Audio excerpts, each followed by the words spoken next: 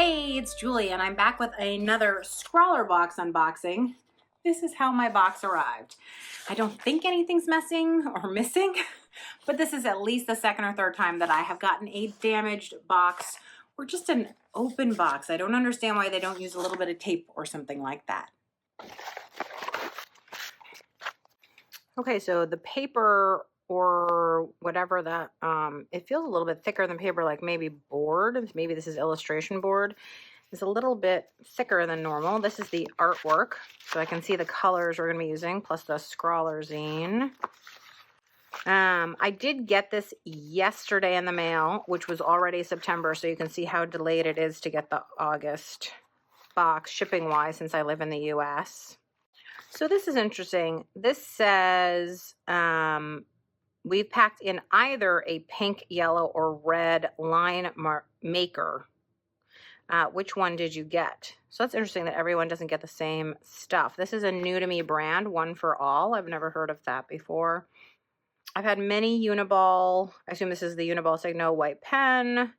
I've had many Zig writers. Interesting that it's writer for vellum. The what I thought was maybe illustration board is a multimedia board. This is one of my pet peeves. Multimedia technically is like when you're incorporating like TV and video and dance or something like that. Mixed media is when you're mixing media, but let's not be a jerk and let everybody make their, maybe in the UK it means something different.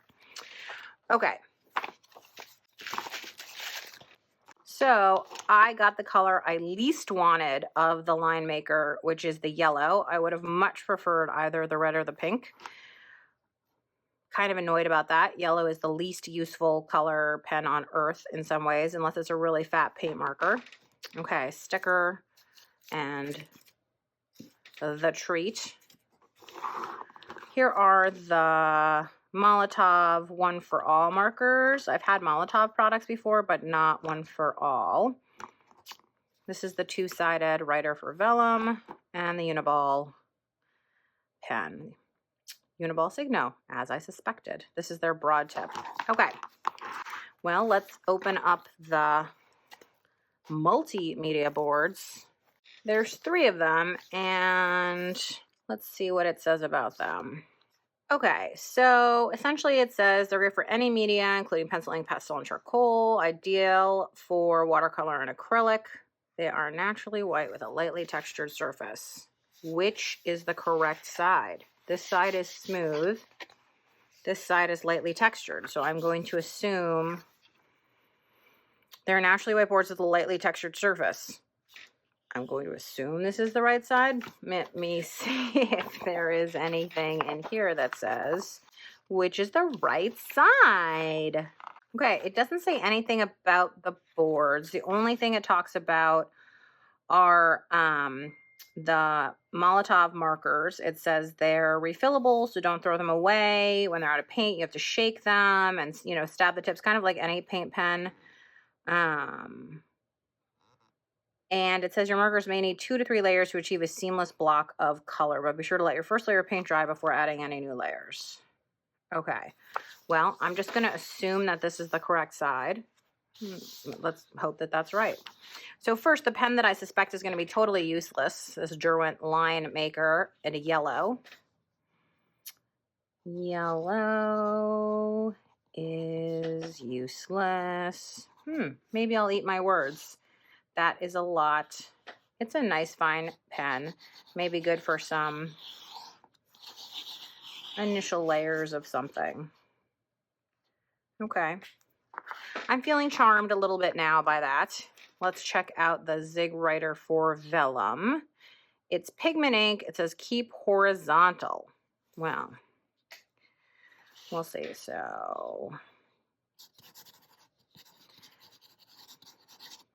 that's one tip. Oh, let's compare to that side. Totally different, right? So this looks like it has a plastic nib.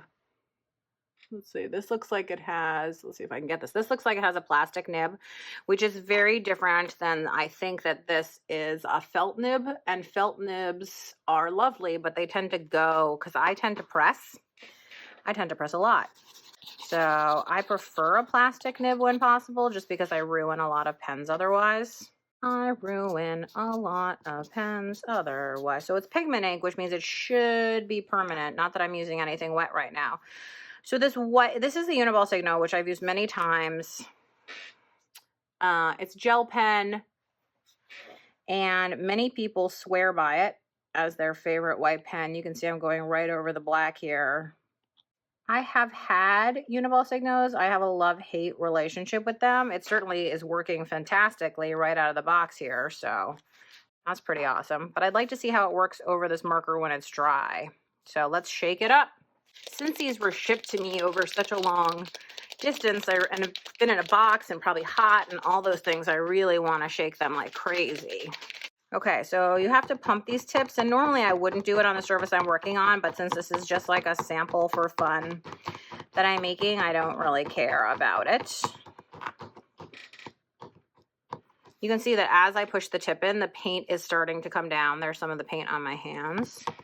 So I really like this blue color. It's really nice. I'm liking that marker so far. Let's see how the other tip.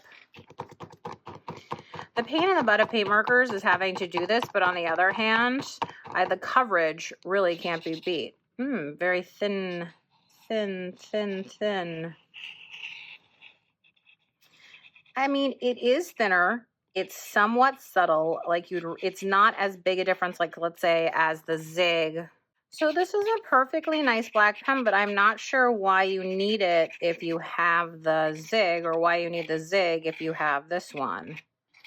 That's really going to be the question. How are they different? I understand that this is, you know, paint and this is pigment ink. So maybe it's the difference because it's paint and one is paint and one is ink, but it seems kind of redundant. There's a splooch. Sploochy loochy. So here's the thin Zig line, and here is the thin Molotov line, and it's obviously thicker, so maybe that's why.